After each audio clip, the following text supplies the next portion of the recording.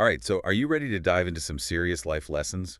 We're talking about wisdom straight from the world of Navy SEAL training. Oh, yeah. Sounds intense. It is. We got Admiral William H. McRaven's book, Make Your Bed. Okay, I've heard of that one.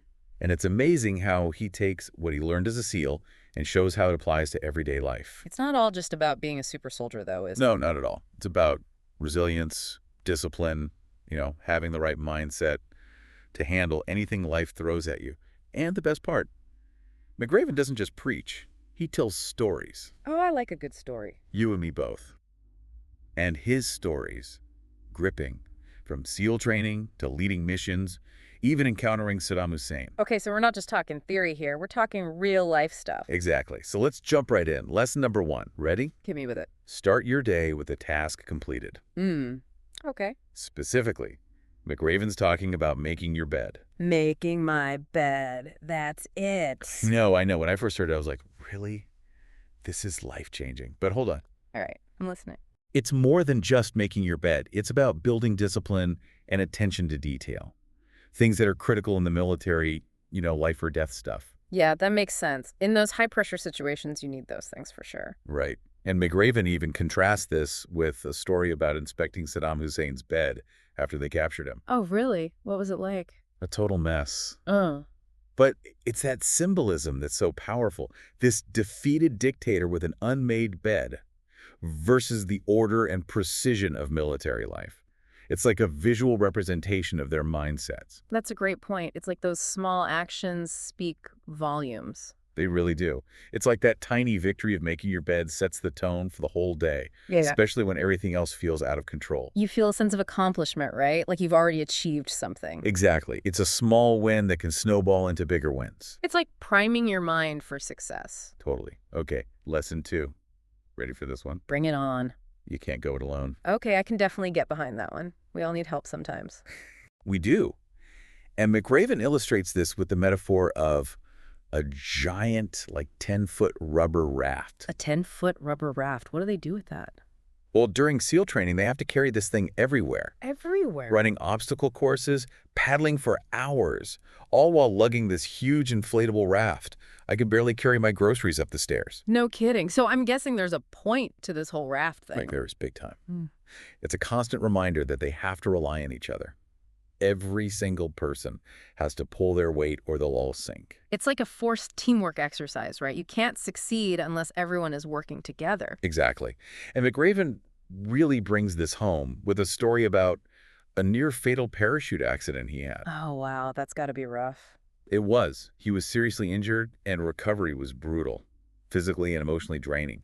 He could have given up easily. So how did he get through it? His support system, his wife, friends, superiors, they were all there for him, helped him paddle that metaphorical raft. We all need that sometimes, right? Someone to help us through the tough times, whether it's a physical injury, a job loss, anything. Absolutely. We're not meant to go through life alone. Okay, ready for lesson 3. Yeah, let's hear it. Only the size of your heart matters. Okay, I like that one already. McRaven tells 2 powerful stories to illustrate this. The first one is about this small seaman recruit, clearly doubting himself during a really tough swim. I can imagine that swim would be intimidating, especially if you don't feel confident. Right. And then this huge SEAL instructor leans down and whispers to him, "Prove me wrong." Wow, I bet that lit a fire under him. It did. But then McRaven tells another story about misjudging this frail-looking guy observing SEAL photos. Turns out this guy was Tom Norris, a Medal of Honor recipient. Talk about judging a book by its cover. Right. It's like that saying, don't underestimate anyone. So what's the message here? It's not about being big and strong, it's about something else. It's about that inner strength, the grit to push yourself beyond your limits, like that tiny seaman who proved everyone wrong, and the resilience to face unimaginable challenges, like Tom Norris. So true strength comes from within. It's not about physical appearance, it's about what you're made of. Exactly. You ready for lesson 4? I have a feeling you'll relate to this one. Let's hear it. What's McRaven got for us now? It's something we all struggle with, accepting that life isn't fair. Oh, tell me about it. Some days it feels like the universe is out to get you. Right. But McRaven doesn't sugarcoat it. He says it straight. Life's not fair drive on. I like his style, straight to the point. But how does he actually explain this idea? What examples does he use? He uses this thing called the sugar cookie. Sugar cookie. Now you're making me hungry. Hold on, it's not what you think. It's what they call it when they make SEAL trainees roll around in the sand as punishment. Ugh, sand in every crevice. I can imagine that's not fun. Not at all. And the worst part, it was often totally random. You could be having a decent day, then bam, sugar cookie time. So unpredictable and totally unfair. I guess that's the point he's making, huh? Exactly. Life throws you those curveballs. Sometimes there's no reason, no lesson to be learned, it just is. But you can't let it stop you. You got to keep moving, right? Exactly. Drive on. And McRaven shares this story about a SEAL named Mookie Martin to drive this point home.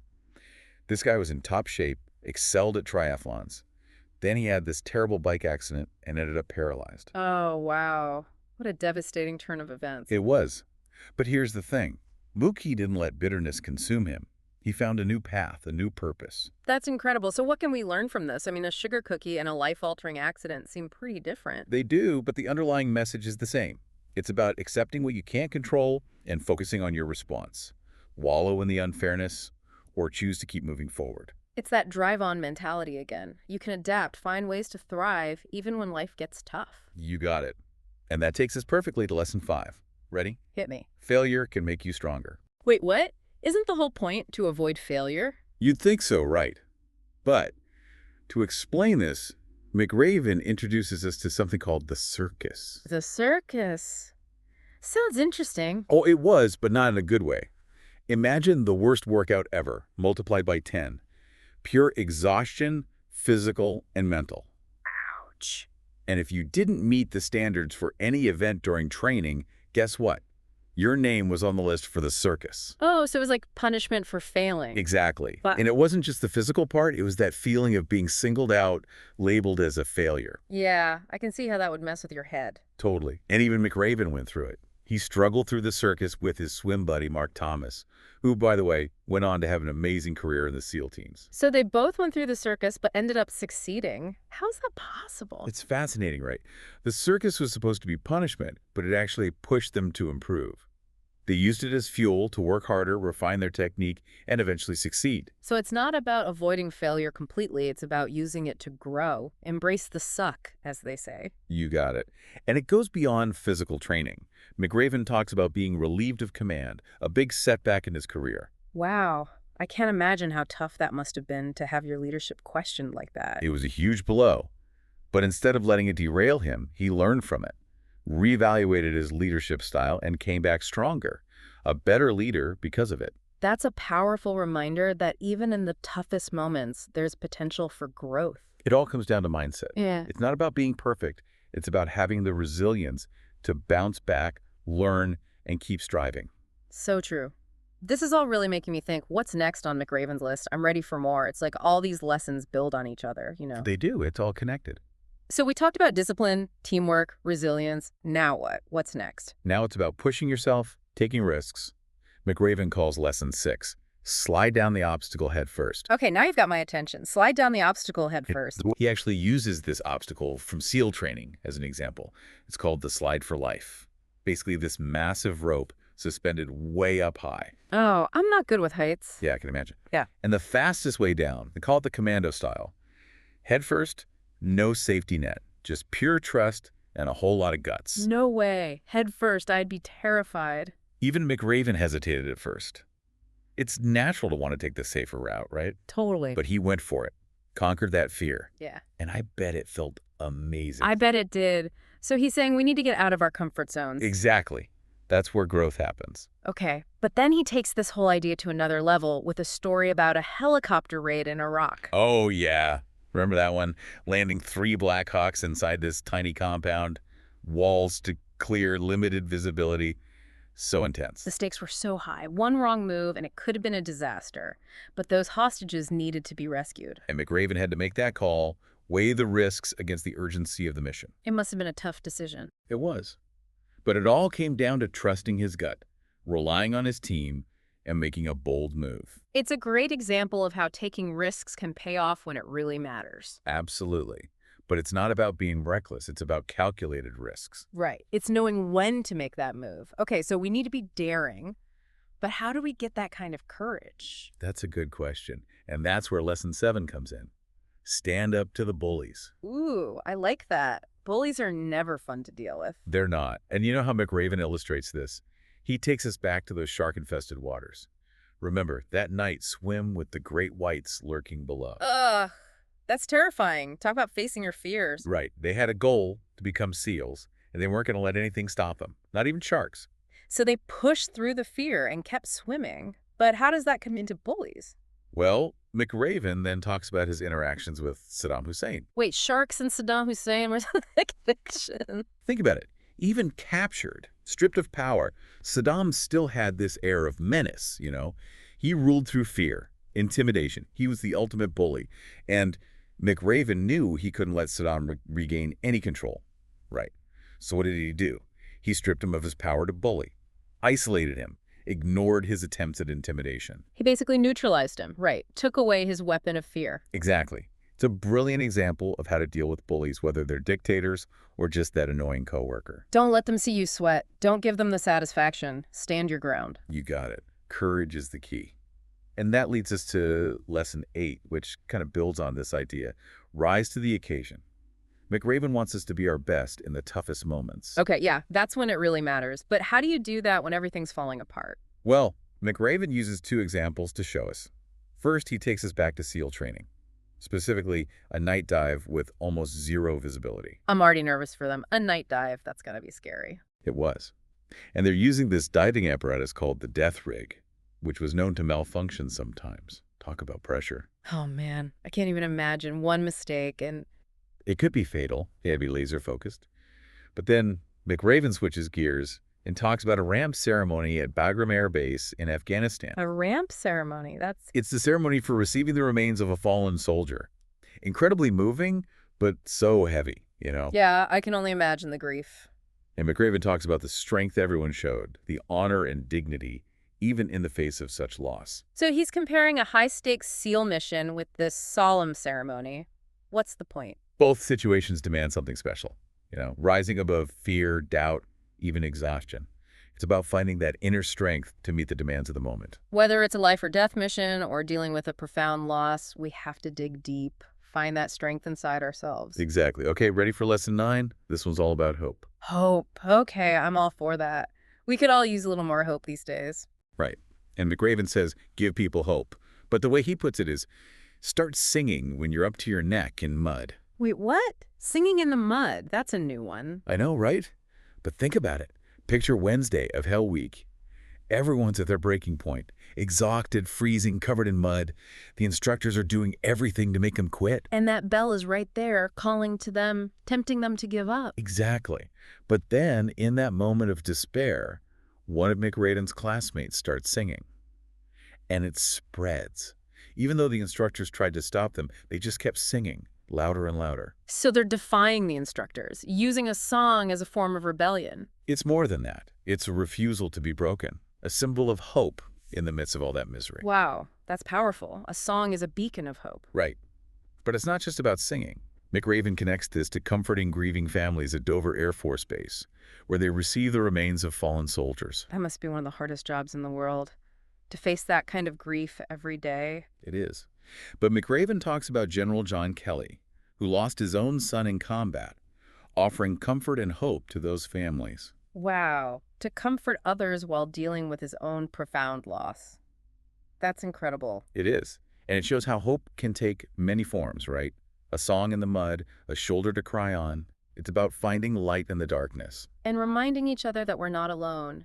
Even in the toughest times, there's always hope. It's incredible, isn't it? How these simple actions, these lessons from SEAL training, can have such a profound impact on how we approach life. It really is. And it's a good reminder that we all face challenges, big and small.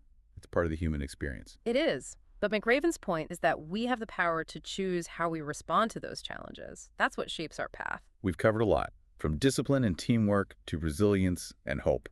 And of course, the importance of never giving up. It's a lot to take in, but I feel like I've got some new tools for dealing with my own struggles. That's the goal, right? To give people a new perspective, new ways to tap into their own strength. Absolutely. I'm curious, though, what really stood out to you? Which lesson hit home the most?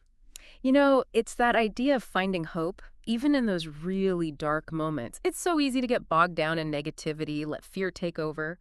But McRaven reminds us that there's always a reason to keep going, even when we're up to our necks in mud, so to speak. It's like that song in the mud, right?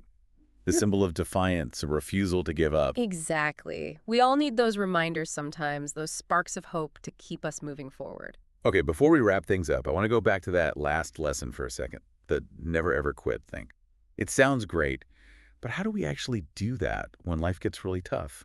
That's the million-dollar question, isn't it? Because life isn't always as clear-cut as a SEAL mission. Right. It's messy, things get complicated. It would be so easy to just give up sometimes.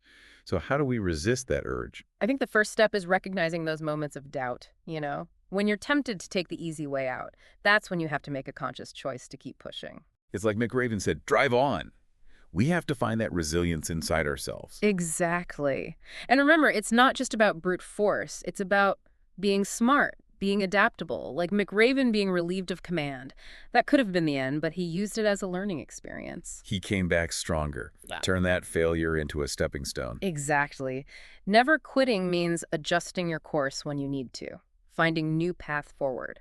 And don't forget, it's important to have people around you who support you. Like that giant rubber raft metaphor.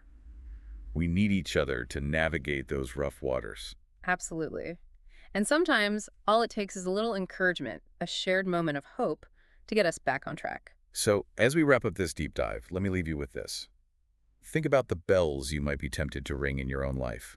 Those moments when giving up seems easier than pushing forward. It could be a project at work, a relationship that's struggling, anything that feels overwhelming. It could even be an internal struggle, a personal goal that seems impossible. Right. But ask yourself, what would happen if you chose to persevere?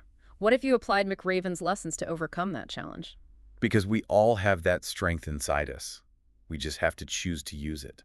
Thanks for joining us today. We hope you found this deep dive into Admiral McRaven's Make Your Bed as inspiring as we did. It's been an incredible journey, and we hope you'll take these lessons to heart. Keep exploring, keep learning, and keep striving to be your best. And remember, never, ever quit.